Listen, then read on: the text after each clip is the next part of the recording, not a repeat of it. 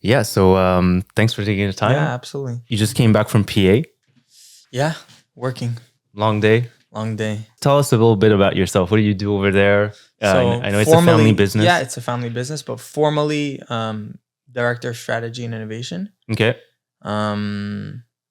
Informally, I wear multiple hats. So Okay. I kind of do a bit of everything, whether it be accounting, operations, real estate.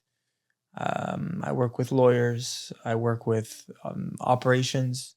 Okay. Obviously, everything's kind of linked to operations, but I'm involved in everything. So whatever projects or tasks on hand or things that need to get done, I'll step in if I have to, Mm-hmm. and I'll at the end of the day, it's experience, right? So I try to get involved in a bit of everything, and sometimes tasks find me instead of me finding the tasks. Mm-hmm. When there's urgent things that need to be done or finished up, especially projects, because we're like multiple people Mm-hmm. that do several different things, and we're all like multitasking. Like How many our employees are you guys? total, Yeah, total. almost 1,000.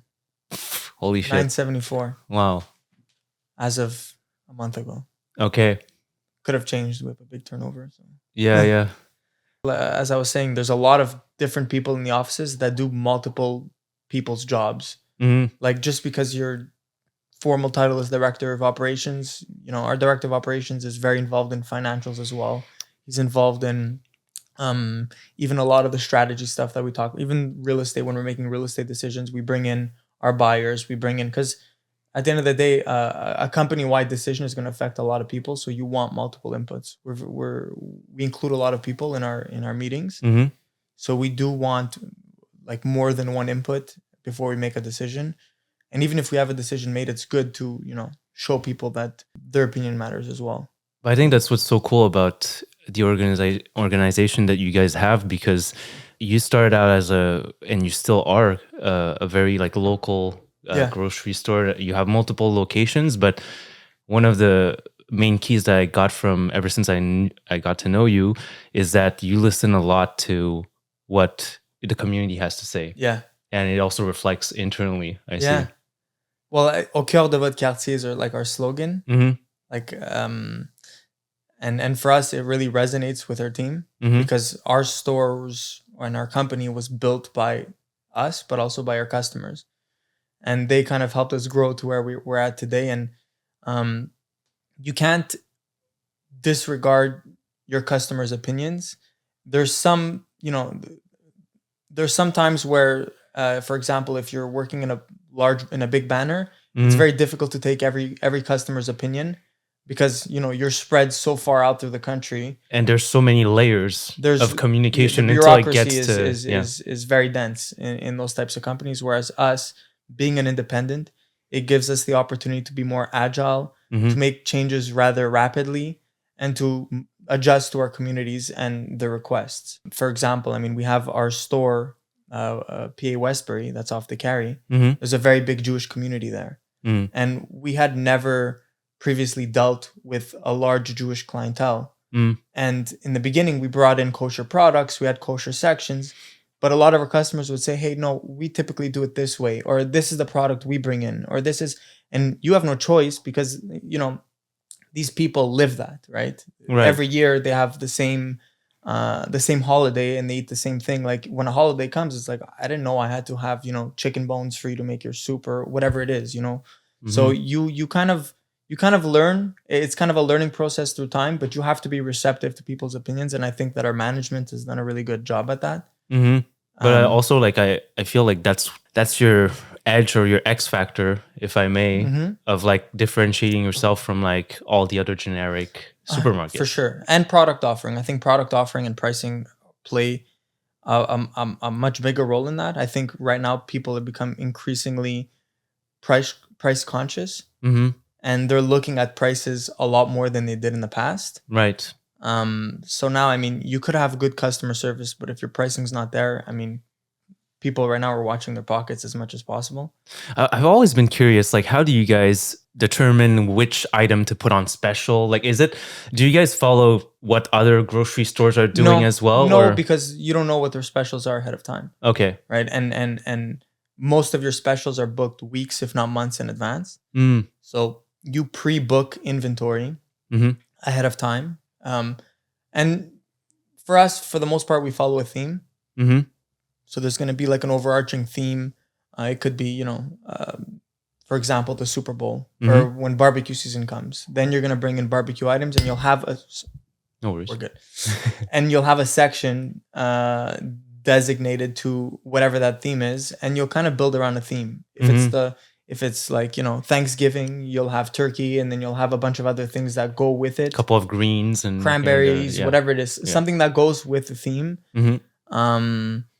Sometimes you'll have a more, Oriental flyer. Sometimes you'll have a more Greek oriented, but you'll have a little bit of everything every week. I mean, there's some stuff that are just shelf staple items, especially when it comes to fruits and vegetables. Right. I mean, if you're buying everybody buys strawberries, right? Everybody buys blueberries. So when you have that on special, it's a good puller. It brings customers in. But typically we follow a theme and we try to get creative. We always have some items that like you wouldn't expect in a flyer. Yeah. It's hard for me to think off the top of my head, but you'll bring in like canned mussels or like something that you won't find every day, but you'd be surprised as to how well they do when you put them on the flyer. Yeah. Because people aren't incentivized to buy a product like that at normal price, maybe because they're a little bit more expensive or they're more unique and it's something that they don't try. And maybe they don't even know about it. Exactly. Right. So, and that's how we've brought in a lot of our products and we've developed a lot of products. We bring something in and we're like, shit, this product works. What's an example of an item that you brought in that you thought would be a total home run? And then another example where like you're like, this is performing way worse than I thought. In terms of home runs, they're pretty predictable because we have many years of historical sales to tell us what sells and what doesn't sell. And throughout the years, we've put just about everything on our flyer by now. Every type of product. So when it comes to home runs, I'm sure there have been in the past. But I feel like we've exploited all of the home runs already. So we kind of know what does well. Like I know if I put salmon on my flyer, it's going to go flying off the shelf. If I put chicken breast on my flyer, it's going to go flying off the shelf. If I put strawberries at $1, people are going to be fighting at the cash for them. Right. When it comes to products that I didn't think, I mean, the thing is I'm not a buyer. So I don't know if I'm the best person to answer that question. I'm not really... But you gave me an example a while back when we were talking. Like you say, you go to a lot of conventions, right? Yeah. And then there was one example where you told me like there was a product from Japan or something. It was canned scallops. Okay. The scallops were kind of like, I'd say they were cooked scallops, obviously, and they were put into a can like a kind of like a tuna salad mixed with not a mayo sauce, but kind of a mayo sauce. But you could just eat it off the can. You can eat it off the can. I think I went back to that booth like 8 times. It was amazing. I had to just change my look every time I went. The guy probably looked at me a little bit weird. He was like, what is this guy doing? No, but it was really good. It was really good, I have to say.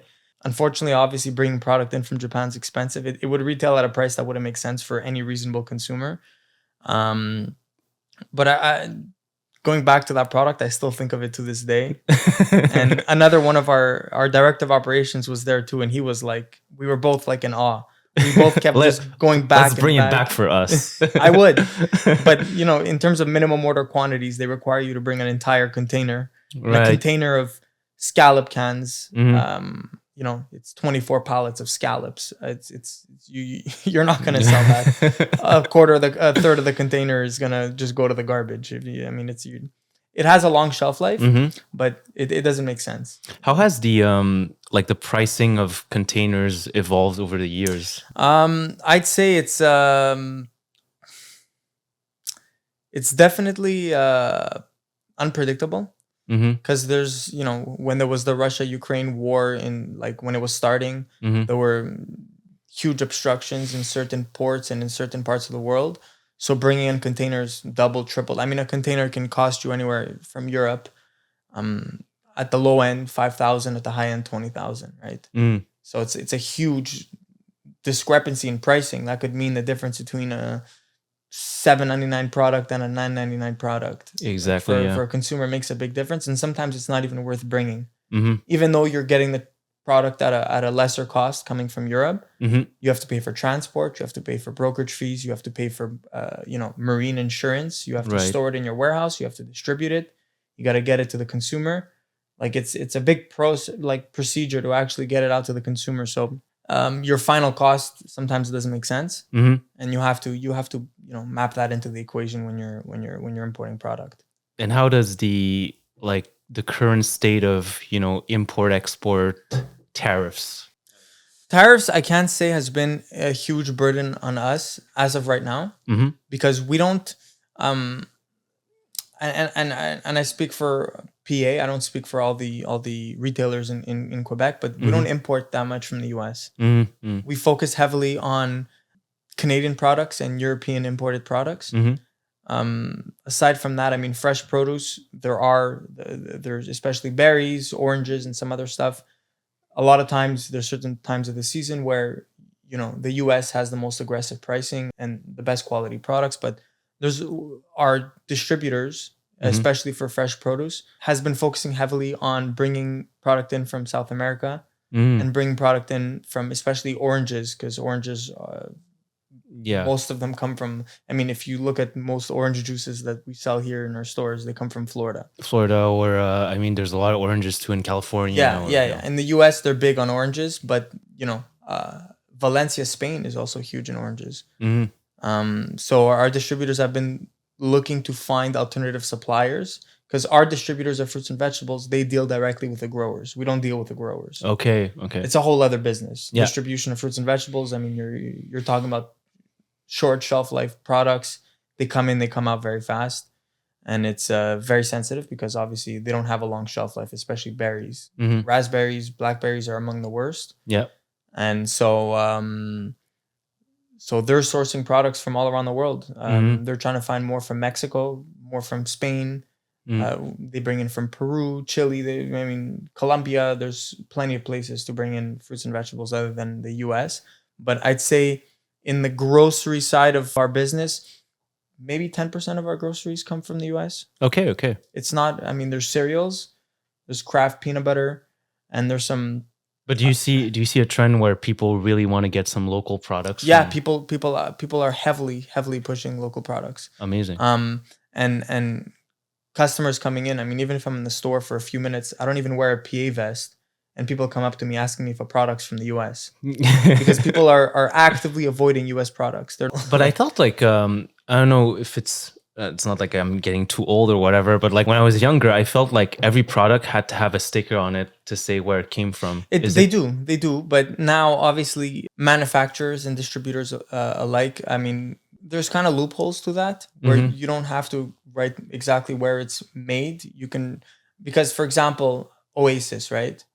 Oasis is a Canadian. It's a Canadian company that owns them. It's La Sonde. What? And they're from Canada.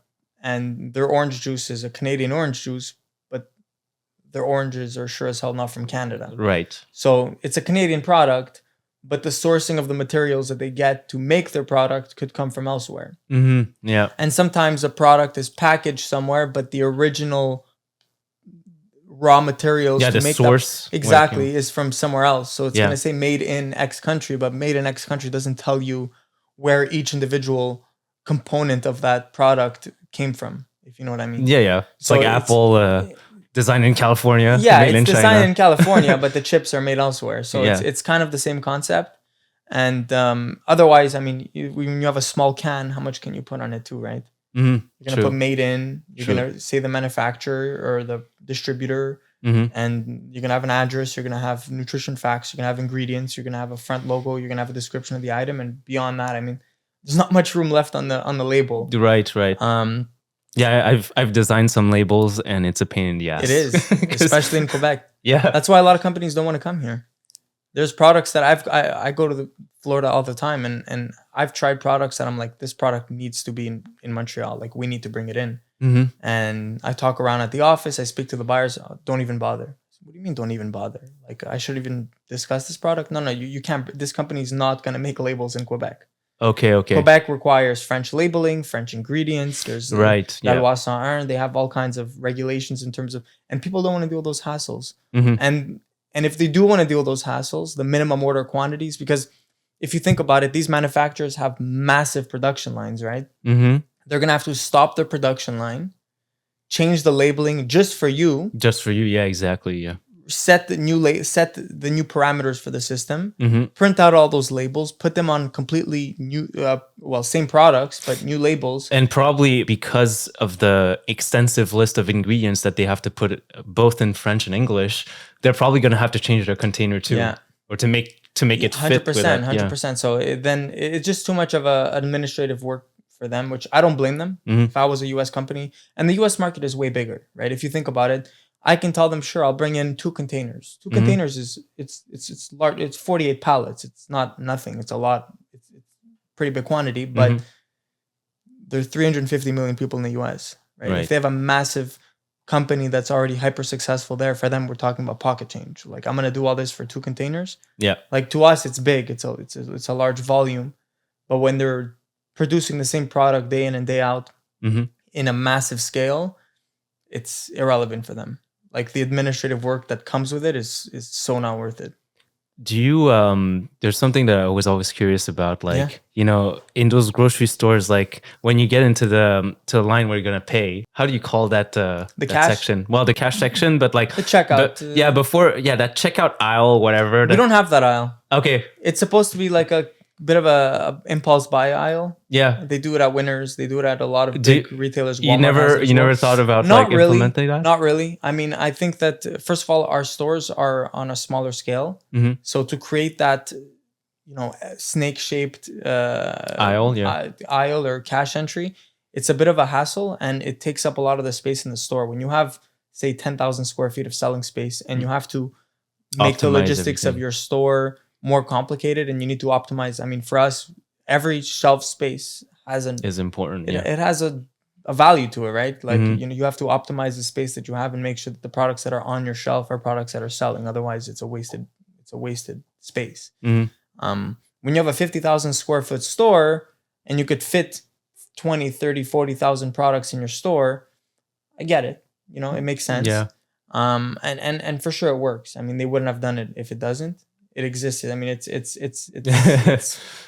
the psychology of the business. Yeah. The same way that, you know, all your Fruit Loops and your Cheerios and all the kids cereals are going to be lined up to 3 to 4 to 5 feet tall, because that's where all the kids are going to be looking at, right? Yeah. See, that's what I find so interesting. We don't do that much of that. Okay.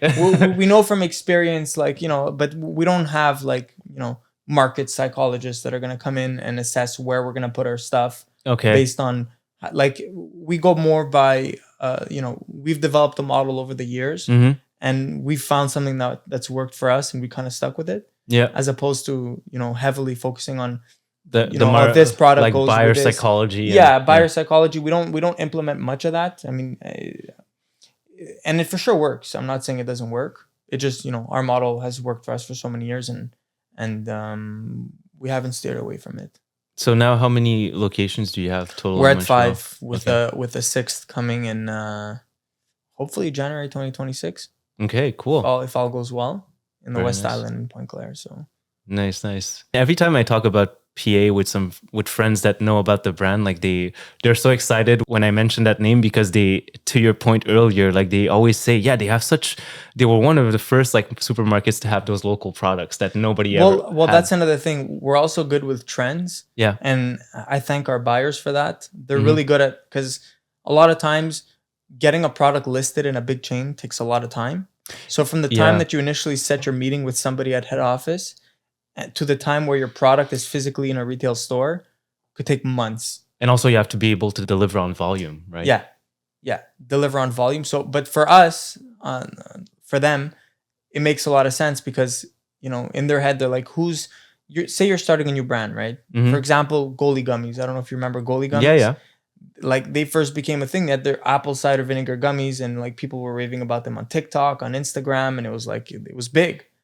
And the company that distributes them, we had already been doing business with them, and every time they have new products, they propose them to our buyers. They say, hey, this is a new product that we have. They send us samples to our head office.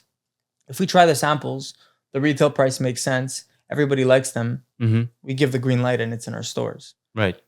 You know, so we have that advantage that we can get stuff on our shelves rather quickly. And I think that's helped us a lot over the years. Even with, for example, Prime, right? Yeah. When Prime first started, they had certain convenience stores that were selling Prime, and they were selling them at $6.99, $7.99, Yeah. $5.99. I don't really like the product that much, but people were going crazy over it. Yeah. And in the beginning, there was a distributor that we were doing business with that told us, hey, listen, we have Prime. Do you want to carry it in our stores? We had a little discussion and we said, let's bring it in. Let's bring it in. And you know what? Let's bring it in and put it on our flyer first week. $2.99. Everyone, or 2 for $5 or $2.99. I'm not sure which one it was, but everyone was selling it at $6, $7. They cleaned out our stores within like a few days. You know, everyone going shopping with their parents. You know, you have like a 16-year-old who's playing Fortnite. He's like, I need my Prime. You know, or even people in their 20s. It was mainly a younger crowd that oriented towards Prime, but it sold super well. And we were the first ones to bring them in as an independent grocer. Like there weren't any mainstream grocery stores that you were able to find Prime in. And then at some point it became a basic product, right? That just about everyone had. Yeah. And now the product is slowly dying, at least here. Yeah. Yeah. It's not, it was kind of like a phase. Yeah. It came in, people loved it. And then now it's like, it lost a bit of its charm. It's still really surprising and astonishing how like a personal brand, what was it, Logan Paul or like Jake Paul? Yeah. No, I think it's Logan Paul and KSI, like both YouTubers and just content creators. You're buying you're buying the name. Yeah. That's what it is. And what it represents. Yeah. And I guess people at the time, and I'm not saying I particularly liked the product, but I knew that it was, at the end of the day, you don't just bring in a product because you like it. You bring in a product because you think it's going to do well. Right. So we knew there was a demographic for it. We brought it in, and it's pretty bold when you think about it, because a flyer it's what you're promoting. It's the first thing people see when they come into your stores, right? They grab a flyer or they shop based on the flyer.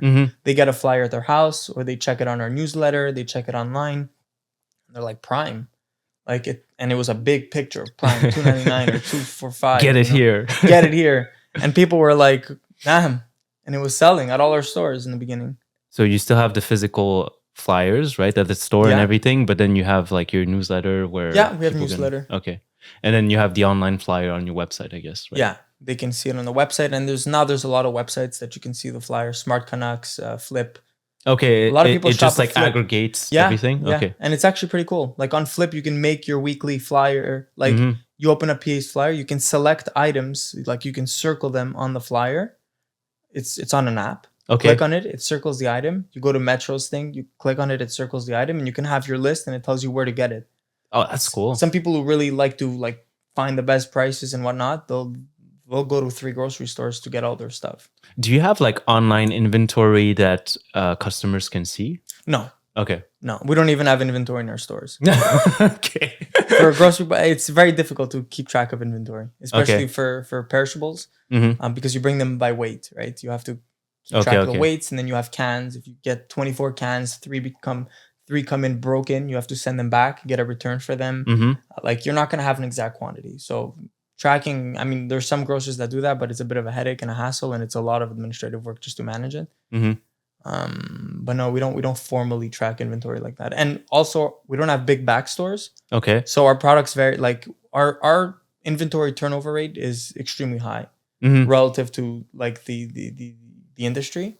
So our products come in and they rotate very quickly. Yeah. Which is why a lot of people love our fresh produce and our perishables, because it's put on the shelves like pretty quickly. It's put on the shelf quickly, and it sells quickly, and it's replenished quickly. So when people are getting something, they'll know that there's, a certain freshness to it. Freshness or standard of freshness that we uphold throughout our stores. So I think that's a benefit of being a smaller grocer and an independent. And do you think as you scale, like, is that getting harder? Like, no. I'm just curious to know like what challenges you guys are facing when you're growing the brand per se.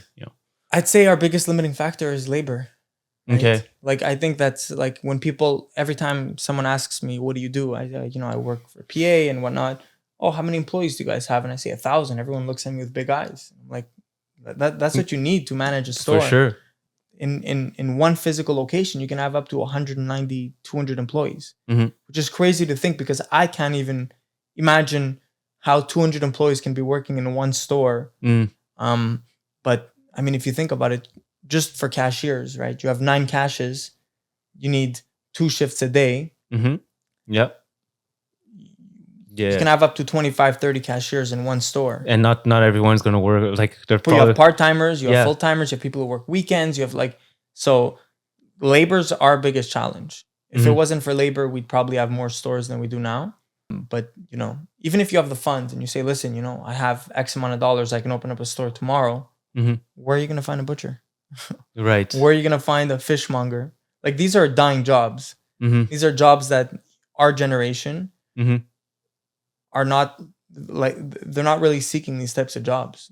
There's jobs that require they're less labor intensive. Yep. They're more clean, I would say. I mean, I think I can speak for myself. It's a little more comfortable to work behind a computer than, working in a cold room, scaling fish, right, and cutting fish and removing guts from fish. It's not really it's not glamorous. Yeah. People want sexy jobs now, and so back then, 20, 30, 40 years ago, there were much less options in terms of job. All jobs were labor intensive. Exactly. People weren't all going to university, getting a degree and getting a fancy finance degree, or, we're lucky we had that opportunity. But back then, I mean, they're immigrants or children of immigrants, especially from Europe.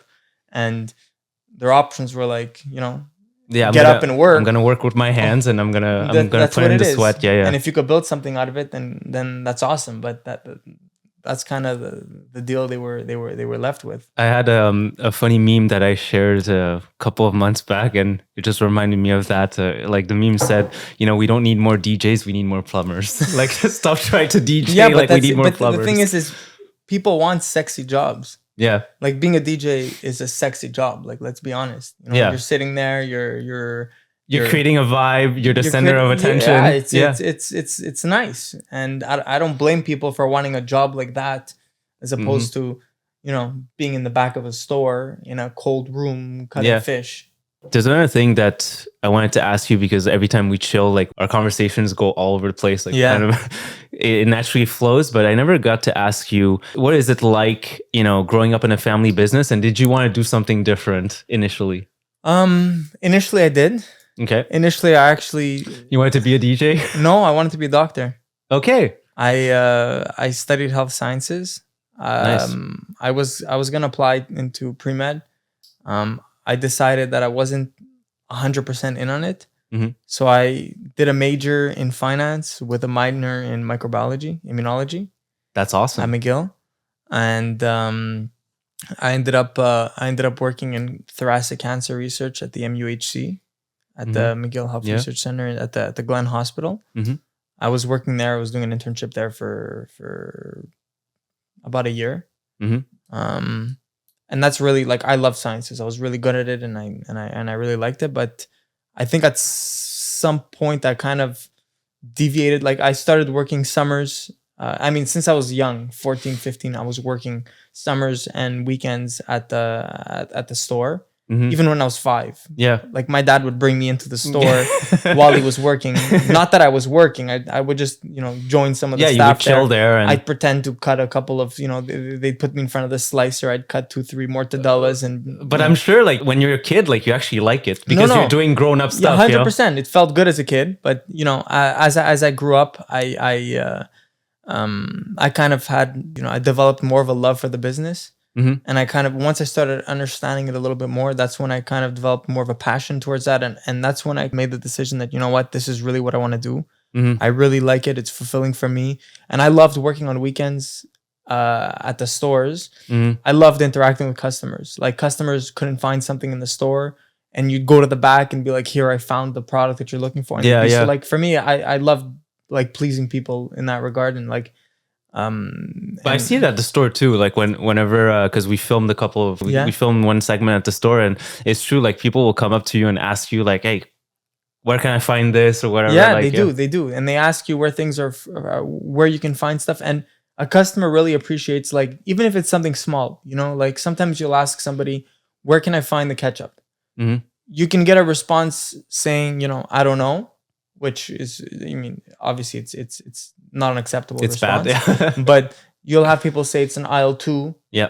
Which Or you have good. someone. Or you walk with them. Yeah, exactly. For them, it's like, it's such a small detail, but somebody who's looking for something, they may be in a rush, right? Mm-hmm. They may, like, you know, be late to a barbecue, and it means, you know, 30 seconds could be beneficial to them. Mm-hmm. So I would always go above and beyond. I'll walk with the customer. I'll say, it's right here. Here's our options. We have this one at this price. We have that one at that price. Oh, what's the difference between this one and that one? And then I'd explain to them the difference, and like, they really appreciated that, just that little extra that you go for the client. Yeah. They appreciate it. So, and that's also like what differentiate, you were talking about before, what differentiates us. Service. Yeah. Service has always been super, super, super important to us. Mm-hmm. You walk into like a massive grocery store, mm-hmm. and sometimes you can't even find somebody working in an aisle. Like, you have to go by 4 aisles to find somebody to find something. And like, you just give up. Even if you do find that person, like, usually they're going to be like, yeah, it's an aisle 6, or, you know, or they're going to be like, I don't know. I'm not sure where it is, actually. I don't work here. They hide the logo. I don't work here anymore. No, so it really, and that's also why we carry a lot of staff in our stores. Mm-hmm. Like, for the size of our stores, we have a lot of staff, because you walk through the aisles, you'll almost always find someone. Yeah. Don't hold me accountable to that, but you'll almost always find someone, unless it's like everyone's lunch break, or it's 9 p.m. at night, the store's closing. Like, in the busy hours, you'll find someone in the aisle, and if you need something, they'll be there to help you. So I think that's also a big benefit, and I really loved doing that when I was working in the stores. Mm-hmm. And as I kind of was exposed to more of our operations, and I understood more, and I grew up and I matured, that's when I really started enjoying the business. And I love that it was, you know, you're working with your family every day. Like, to me, there's nothing more rewarding than that. That's beautiful. It's awesome. Because I feel like, you know, there's always like opposite responses, you know, if you dig into... To me, it's a dream come true. Like, amazing. You get to go in the office. It's like, first of all, I get to see my family more, right? Yeah, we're not going to be on this earth forever. So yeah, it's good that you're going to get to spend more time with your family, even if it's at work in a professional setting. But working with them is rewarding. And I think that, given that we're family, there's an expectation for us to be, you know, honest and communicative with each other, and you're more comfortable with them. So if there's something that you're not happy with, like, and our dads, my dad and my cousin's parents, my cousin's dad. Mm-hmm. So wait, I'll give you a little. It's my dad and my uncle. Okay. Along with my grandfather, who started the business. Okay. Yeah. My grandmother was working in it her whole life as well. Mm-hmm. And my dad had 2 kids, myself and my sister. Okay. And my uncle had 2 kids, my cousin Nick. Okay. And my cousin Joanne. Okay, yeah. And then did they come to Montreal to stay? They were born in Montreal, or so my uncle was born in Montreal. Okay. And so was my dad. Mm-hmm. But my dad was shipped out to Greece at like 18 months old. Okay. And he lived there till he was 10 with his grandparents. And so he only met his brother when he was 10 years old. Damn, okay, yeah. And his parents. Mm-hmm. So he came here when he was 10, and late 20 odd years after that, when my dad was in his mid-30s, that's when my grandfather decided that he wanted to refinance his home that was paid off, and say, you know what, I want to help you guys start a business. I want to start a business. He wanted to kind of help his kids secure something in life and whatnot. So they decided to take on a new venture. PA has existed since, I think, 1969. Yeah. They bought it out in 1989. So PA existed. So it was existing. It was a previous Greek family that owned it, and it was one store on Park Avenue, hence the name PA. And they decided that they would buy that location along with the building. That's actually the building that my grandmother lived in and my grandfather lived in until they passed away. There's a lot of history there. Yeah. And it started off as like it was like a convenience store almost. Yeah. And slowly over the years, as they expanded, they grew the store in the back, and then they expanded the store to the side. So the store got a little bit bigger, and that store today is PA Nature. It's our organic store, a natural food store. So after that, they went on to open up 4 more stores, with the most recent one opened in 2021. And what's interesting to me and what's fascinating is just like, it takes time to build things. You know, like now we live in such a fast society where people want to start businesses like that and have it be profitable, like, which is fucking awesome if you can do it. Yeah. But you know, a lot of times like those sustaining businesses take time to build. And I think nowadays a lot of people like instant gratification. Yeah. And again, I mean, obviously I didn't build this business myself, but I know from storytelling, from spending hours on end and weeks and years on end with my dad and my uncle, working with them. Yeah. That like you get more perspective. Yeah, 100%. On both sides. But for them, they sacrificed just about everything for the company and for the business. They took a pay that was barely able to pay off their expenses for the longest time. They were working 80, 90, 100-hour weeks. Like, it's hard to want a sexy job without doing all the dirty work, if you know what I mean. Yeah. So they were, and they had a team with them. We have people that have been with us for 25 years. Wow. People who are part of our family, pretty much, who helped build this business. These people were sacrificing just as many hours, day in and day out. I mean, they would have to close a store at 11 p.m. and open the store at 6 a.m. the next day. Because, you know, one of the hardest things when you start off your own business is handing the keys over to someone else for them to open up the store, right? True. Finding someone you can trust. It seems like such a small, like nowadays, I mean, you have like an Ardennes or something like that. You'll have like a manager or any large store, right? The manager or the opening person is going to have a key and they're going to open up and it's just an opening shift. And even to us now, that's what it's become.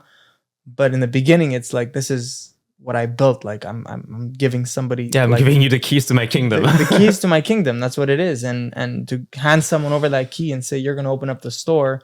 It's a big leap forward from, you know, you, especially when it's your baby and you built it. And, For sure. And not that they didn't help build it with you, but it's like you're handing over the key like it's big. It's a very meaningful thing. But also like the cool thing now is like, even if you give someone the keys, you can track it from your home. You know, like we have access to all these cameras now on 100%. Our phone. And, you know, if something happens at the store or like in my case at the restaurant, I'm going to get a notification. I'm going to, you know, like before it was literally, well, I trust you to make good on this. Yeah, 100%. But if you were giving them the keys, it's already understood that you trusted them, right? Yeah. And throughout the years, I mean, they went through like a lot of hardships running the store. I mean, there were weeks where, you know, especially in the beginning, there were weeks where you didn't know how you were going to do. There were weeks like there's so many uncertainties, so many variables, especially when you're a new player, you have one store.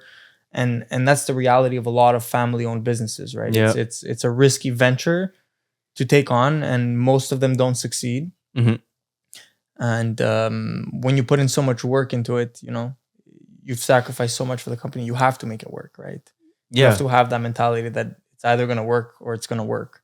Yeah. And that's why treating your customers well is so important. You know, like acquiring a customer is so costly. Yeah. And the best thing you can do is to invest in them and make sure that they're a happy customer, so they're recurring customers. Absolutely. Because you don't always want to go and try to grab somebody new or whatever. Like, no, it's difficult. The people that make your business are the people that come back all the time. Yeah, and that's why giving a good impression is super important. Yeah. You know, I've been told a story where on Park Avenue, back then it was very Anglophone. Back then, it was a lot of Greeks. Like Park Avenue was like where most of the Greeks went, or Park X. And back then, the owner of the convenience store across the street, every time a French customer came in, he says like, no, I don't. He would disregard the customer pretty much entirely. So like, I don't want you here. We'd be disrespectful towards the customer, and we gladly took in that customer, right? And treated them just like any other customer, because at the end of the day, you know, they're coming in and paying for products in your store. Like, there's no reason why you should treat them differently based on the language they speak. And we took in those customers, and some of them are customers to this day. You know, we've created like I don't want to call it a cult because that sounds a little bit weird, but like there's customers that religiously come to our stores. There's people that will come to our stores, and actually, funny I say that. This weekend I was at Milos. Yeah. And my aunt went outside in front of Milos, which is right next to PA. It's maybe like a 4-minute walk to PA. And an old Greek man was walking with his bags very, very, very slowly. He was barely able to walk. And my aunt goes up to the man and says, "Do you need help? Are you okay?" Yeah. Like, what are you doing here? It's like 10 p.m. He's walking alone. And he goes, I just came to get my groceries from PA. And she says, where do you live? He goes, Saint Anne de Bellevue. Wow. And she goes, how do you get here?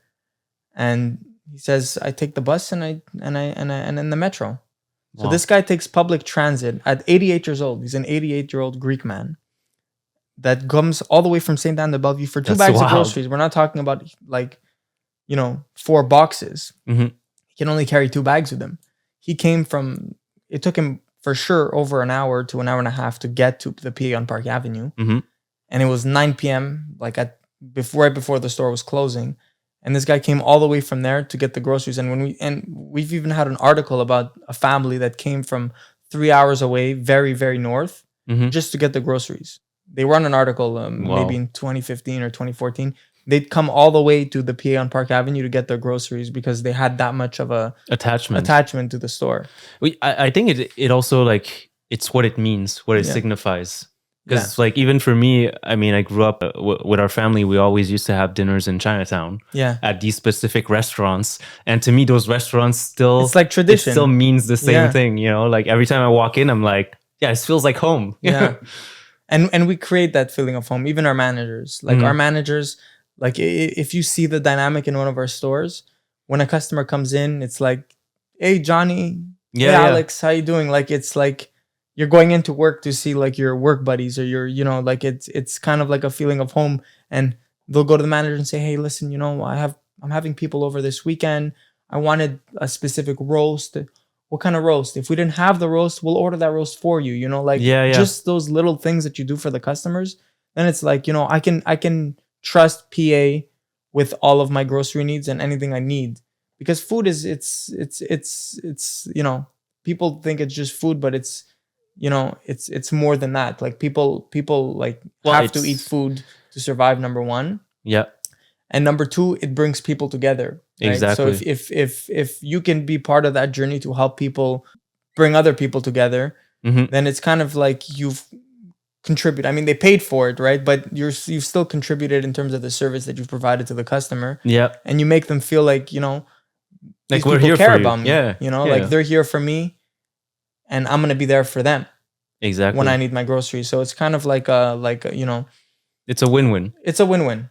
Yeah. It's a win-win. But our customers, there's some customers that are to the staff there, they're like family. They'll go up and they'll hug a grocery clerk who's been there for 10 years. Hey, my favorite cashier or my favorite clerk, and they'll talk to each other. They'll sit there for 10, 15 minutes talking to each other. In a world where everything is so fast-paced, and people want to just go get the groceries and leave, you still find these people and some people, don't have family or don't have people they can talk to, right? So when they go to a grocery store, having a 3-minute conversation with the cashier or with the manager or someone in the store, it's priceless to them. It's very meaningful to them. Yeah. And I really like that we're very oriented towards our customers, and we're very service oriented in general, because it really helps differentiate us from our competitors. But also, I think employee retention helps tremendously. Yeah. Because, if you go into a grocery store and every 2 months you see different faces, you wouldn't have the same kind of feeling. I mean, look, there's a certain retention that's going to be... Yeah. There's a certain portion of it that's impossible to retain. For sure. A Concordia or McGill student working there in the summer. I know. But it's cool to see 1 or 2 familiar faces every time. You'll find more than that. Yeah. We've been good at retaining our people as best as you can with the tools that you have, obviously. And, when people progress in their careers and they find better opportunities, we wish them the best of luck as well. And we're happy for them as well. We don't hold people. Yeah, for sure. I mean, everybody's going to do their thing, Yeah. It's the same in the restaurant industry. You can't expect like you mentioned, student. You can't expect a student to if they want to make it their profession, all good. But if it's a part-time job as you're studying something else, you can't expect them to just stay with you forever. For sure. And surprisingly, we've had a lot of younger students, people who have been with us for 9 years, throughout their whole, high school, college, university studies. Their PA was their weekend job.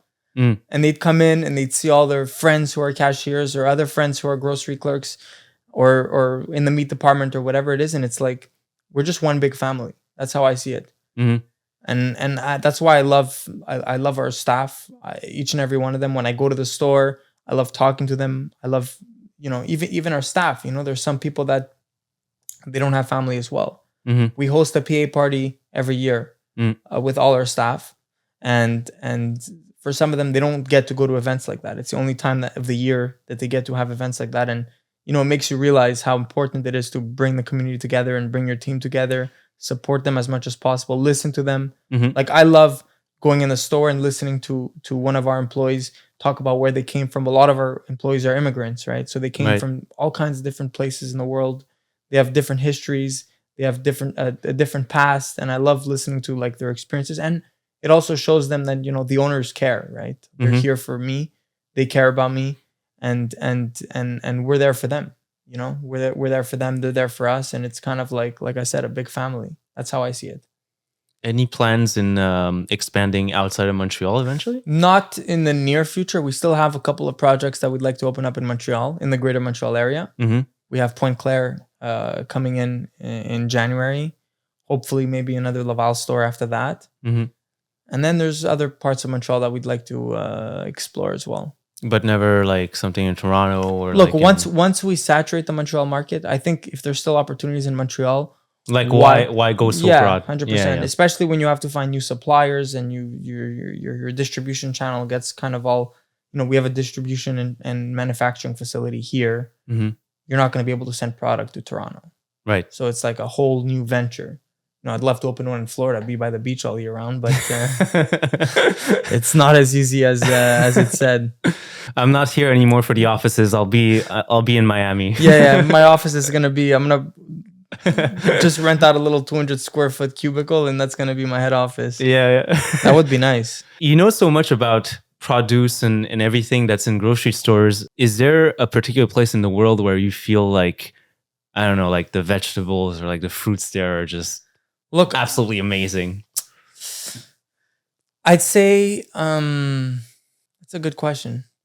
There is a country that has extremely like the most I wouldn't say renowned, but the most exclusive fruits in the world. Like in Japan, for example. Yeah. They'll have like these insane melons that cost like $8,000 or $10,000. Or they'll have like a pack of 12 strawberries that were carefully handpicked, like grown in one specific prefecture that can go for $500. Like it's an insane, like I can't imagine paying that for strawberries, but I still find it intriguing that there are people, like it's considered a delicacy. Like people buy that and give it to people as like an expensive gift. Yeah, like instead of going at someone's place and just buying a bottle of wine or something. They'll get like these crazy exclusive strawberries. It's like, how'd you get these strawberries, Yeah. and we've had a little, like, I wouldn't say a hint of it, but we've brought in, for example, pineapples, pink pineapples. It's Del Monte makes these pink pineapples. They're called Pink Glow. Okay. And they're like exclusive pineapples that are grown in a certain area in their fields, in their farms. And it's kind of like it's modified, obviously. Yeah. But it's meant to be like a more exclusive pineapple. It comes in a box, like it's meant to be a gift. Okay. And they'll sell for maybe like $12 to $15 as opposed to being. And do they taste different?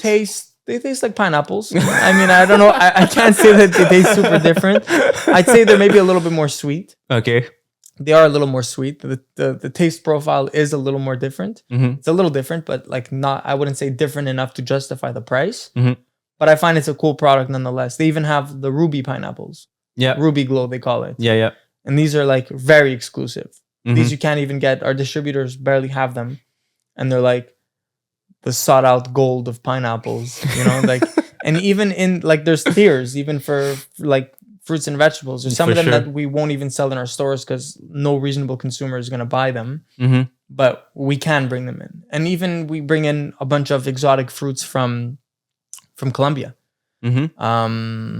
Like fruits that like you won't find here. Like we have an exotic fruit section. You can find, tamarillos. You can find pink dragon fruit, normal dragon fruit, You can find mangosteens, you could find passion fruit, you can find all these fruits that you may not find. Like if I go to a Maxi, there's no chance. Like they don't have the clientele for that. No one's gonna go in a Maxi and buy rambutan. Rambutan is like a I know, it's like a lychee, but it's hairy. It's a hairy lychee. Yeah, that's what I call it. But so it's cool. Yeah, but we it doesn't look too good. Like no, but they're good. I know it's once you open it up, it's really good. Yeah. Even for example, jackfruit. Yeah, we sell jackfruit in a clamshell, in a plastic clamshell, already décortiqué, like already peeled off and everything, and it sells well. And you don't sell durian? Durian, jackfruit, the part of the same. Durian is a little more smelly. Yeah. So we tend to not bring it in. Like it's unless you really, it's like a kind of, if you know very type niche, of product. niche. Yeah. It's niche. And so is jackfruit, to be honest. But a lot of people, come for that product. And we've had people come for even the leaves. People make tea with the leaves from a jackfruit or soursop, or it has different names. There's soursop, jackfruit. Do you have pandan? Pandan? Like pandan leaves? No. Like usually, like in Asian culture, like they make a lot of teas and everything. No, I've never seen it. I'm sure we can get a hold of it, but we don't have it. But we bring in, like, on special request, soursop leaves, and soursop is considered.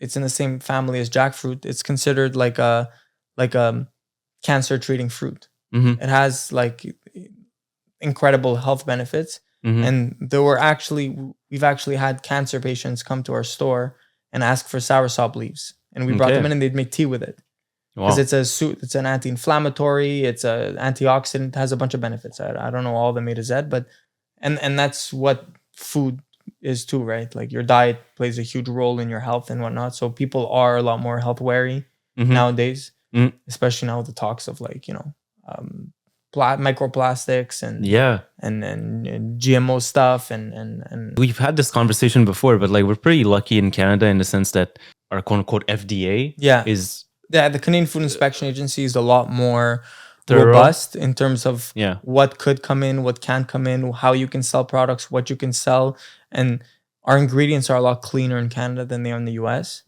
Now, I don't think you could compare Canada to Japan, for example. Japan is just on another level. Yeah. But it's still leagues ahead of the US. In the US, I know that they're like I think we spoke about this before. Like I've gone into like a Publix or a Winn-Dixie, like massive grocery stores in the US in Florida, and it's like they don't even have real grated cheese. Like they have shelf stable grated cheese. Like how do you have cheese that doesn't go in a fridge? Like it doesn't. I think they've reached a point where people are price seekers to the point where they don't even care what they're getting.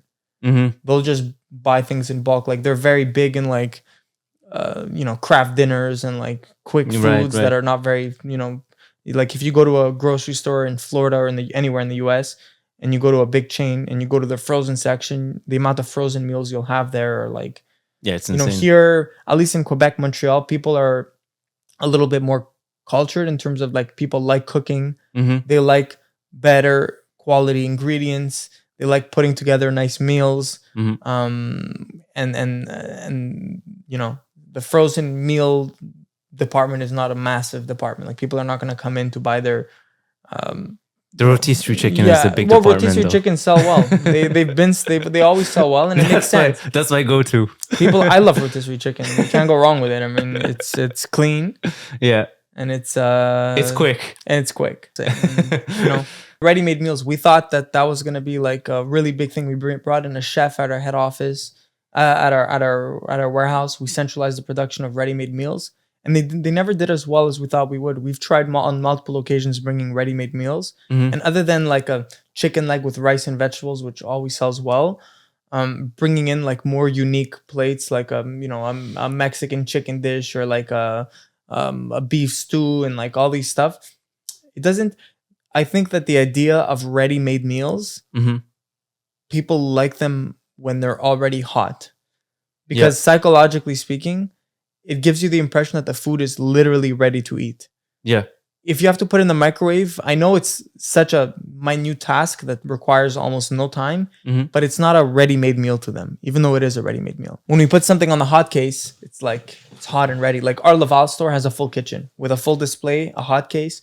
We'll have we'll have a shepherd's pie, we'll have rice, we'll have chicken wings, we'll have lamb shanks, we'll have like literally pizza, we'll have spanakopita, tiropita, like a I think samosa. that's an example of when like packaging and the way it's presented really plays a role. It does play a very big role, but I feel that refrigerated ready foods don't do as well as those that are in a hot case. Like things that for sure. You put something in a hot case and it takes off way quicker than if you were to put it on a display and say this is ready to eat, but we're selling it to you refrigerated or frozen. Yeah. And you got to go home and like cook it yourself. Or then, not cook it, but microwave it or heat it up. Because then I feel like they already classify that type of product as like a McCain product, or like but we don't package it to look like definitely not a Michelinas. That's I don't even know if they're in business anymore, to be honest with you. I don't know if it's I grew up with that. Yeah, that was a thing maybe 10 years ago. I don't know about now,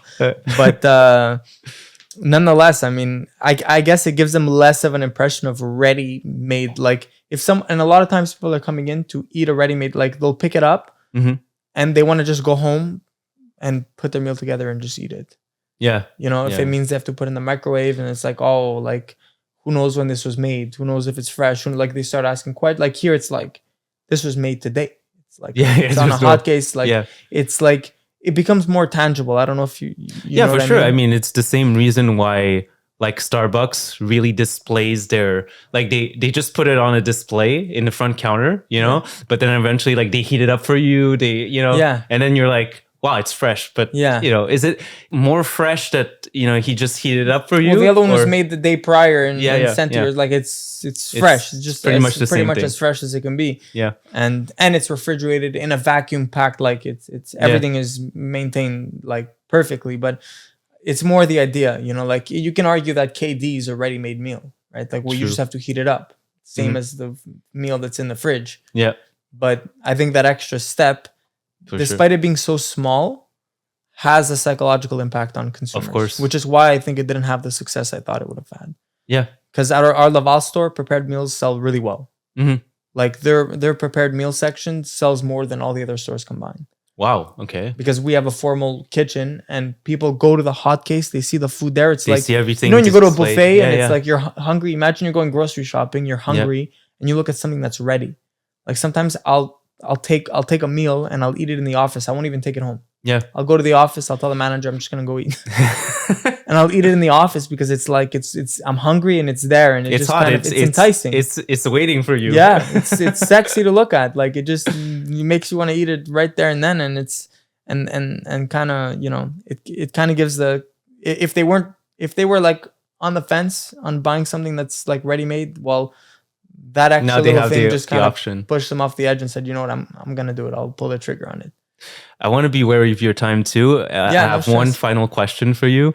If you had unlimited budget, all the money in the world, whatnot, what would you try and why would you try that inside a grocery store? Inside a grocery store, or could it be a grocery store model? It could be a grocery store model, like a venture of yours, something you would like to try out. I think something I already want to do, like, if I had unlimited money, would be even more of an incentive to do it, is open up an urban store. Okay. A kind of store where, it's a lot smaller, but it's hyper convenient for the surrounding community that's around it. Open it up in central locations, say downtown Montreal, Griffintown, St. Henry, Old Port, places where there's high density of population and not a huge amount of grocery stores in the area. It creates this sense of convenience, and like the goal is for it to be small. You go into a store, I don't know if you've noticed this, but there's like 20 pastas, 8 pastas, 10 pastas. Like the decision-making process gets way more complicated. I don't know if you've been to like a Trader Joe's. Yeah. Like a Trader Joe's, everything is branded Trader Joe's. When I walk in, my only question is am I going to have a cavatelli? Am I going to have a spaghettini? Am I going to have a rigatoni? Am I going to have that's your question. Now it's like, do I buy the rigatoni from Barilla or do I buy it from there's so many questions. You start looking at reviews. You're like, I don't even know which one is better. You got to ask somebody which one is better. Like the decision-making process gets way more complicated. You have a smaller store that's, that's tailored to people living in the area. Maybe people who are busy at work, people who don't have as much time to grocery shop, but don't want to pay $5 to $10 to get a delivery to their house, and they want to be in the store to kind of see, because doing an online like order is not the same as shopping in the store. It never will be in our business. It's not like Uber Eats or buying electronics from Best Buy or Amazon. And I find that in this particular case, it'd be an elevated experience. Yeah. I'm a big fan of that, because even in restaurants, like when I go to restaurants that have like too much items on a menu, like I also get confused. Yeah. Especially when, like, I don't know if you've noticed this, but like some Chinese restaurants, they'll have like 140 things on their menu. Literally, there's a Chinese restaurant. That's why we need pictures with them. Yeah, the pictures are definitely great. If there's pictures, that to me is a huge bonus. But an urban store, I find is something that would be, and for us, you can open them much easier. It's less labor intensive. Now that we have our manufacturing plant and stuff like that, you could centralize all your production from there. You don't even need a big back store. Everything is set up on the displays. It's very easy. You stack everything. You give customers limited options, and they come in, they get what they need, and they go. People are gonna have smaller grocery baskets, right? They're not gonna be buying. They're not gonna come into the massive carriage and get like $200-300 of groceries, but they're gonna come all like. For me, I live alone downtown. Sometimes it's like I run out of milk. Yeah. Like if I don't have a convenience store next to me, I have to go to the grocery store, wait in line at it's such a like it's a bitch. Well, what's that grocery store chain from Germany? Oh, you're talking about Aldi. Yeah, Aldi. But Aldi has some of those smaller ones, right? Aldi is pretty much, their model is 10,000 square foot store. They have a small store, and everything is put in pallets. Like they're not gonna have each item carefully placed on the shelf to look good for you. No, they'll just have the full case. Like it's not meant to look beautiful. It's meant for you to come in, grab what you need, and it's leave. Functional. It's hyper efficient. Like you walk in, you get your carriage, you do 1 turn, 2 turn, 3 turn, 4 turn. There's 4 or 5 aisles. By the time you're finished, you're done. Your groceries, you're out. Yeah. They're not giving you 40 options. They're not giving you 50 options. The prices are significantly cheaper than their competitors. And it's the fastest growing grocery store in the US. Surprisingly. But when you say like an urban store, would it be like a mix of that, but also with nice display? No, there would be nice displays. We would put things. It wouldn't be like pallets. And I find there has to be kind of like a presentation aspect to your store, an aesthetic.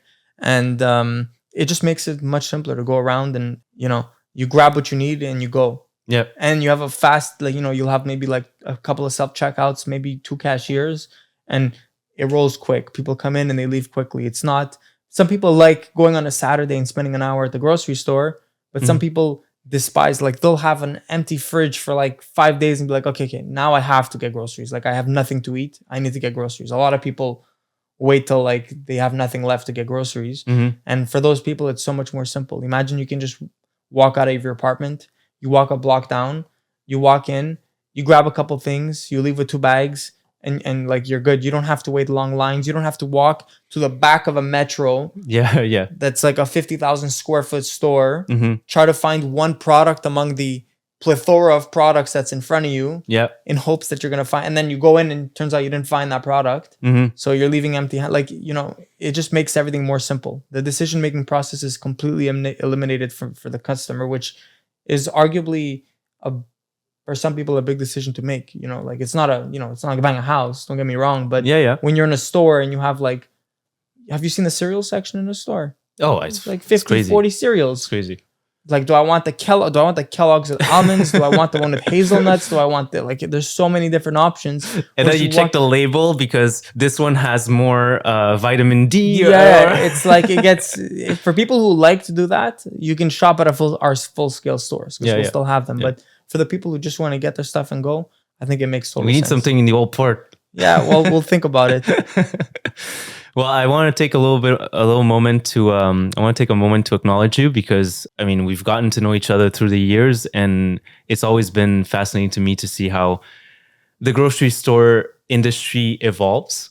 And I do learn a lot from talking to you because being in the restaurant industry, like in the produce, they're intertwined. Yeah. It's like it's the food industry, and I just wanted to take a little moment to say thank you. Yeah, absolutely. For sharing everything that you shared today. Thank you, Martin. I actually wanted to leave you off with a pretty cool story. Okay, yeah. Back in 1998, there was the crise de verglas here in Quebec. Yeah. The pretty crazy. The crazy ice storm. During that ice storm, there were a couple of commodities that were virtually impossible to get. That being water and batteries, because people needed batteries for any of their electronic equipment. For the Game Boy. For the kids, they needed the Game Boy, but for the parents, they needed a flashlight and all the electronics that weren't plugged into the wall. Yeah. And by any means, they had to get their hands on batteries. And back then, they didn't have Amazon Prime or anything like that. Yeah. But, so they'd have to go to a store to get it. And a lot of stores, and this is a story I've been told, where they didn't have a supply of batteries. No, and if they did, they were selling it at a huge markup. Oh, okay. People were taking an advantage. Like toilet paper back then. Yeah, pretty much like toilet paper.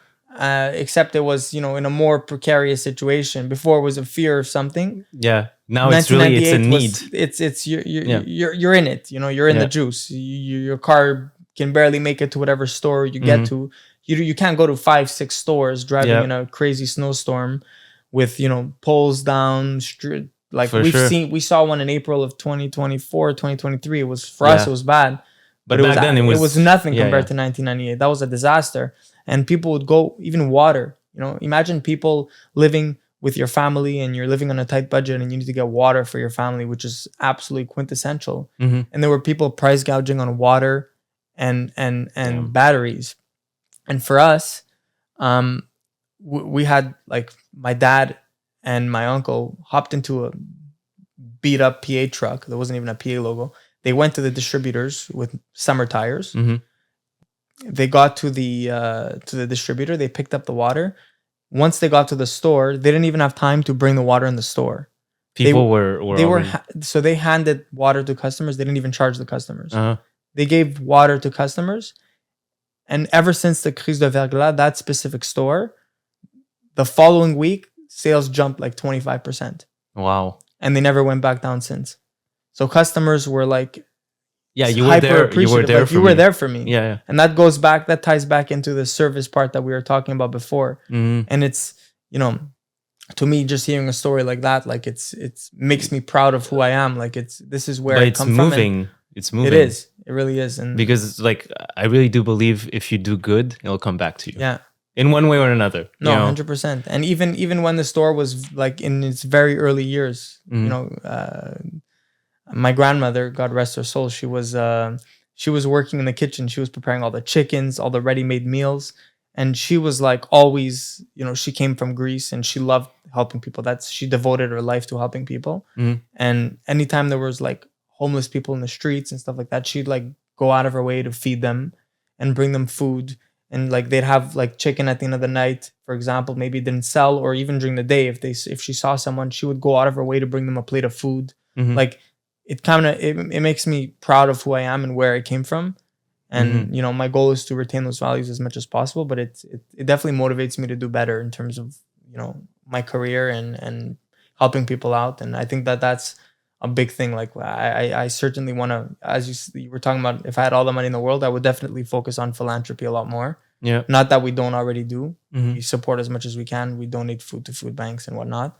But I think there's always more we can do. No, 100%. Yeah. And I find there's a beauty to that. Why create anything successful if you can't help other people? Love that. Yeah. Perfect way to end the podcast. Thank you, man. Of course. Appreciate it.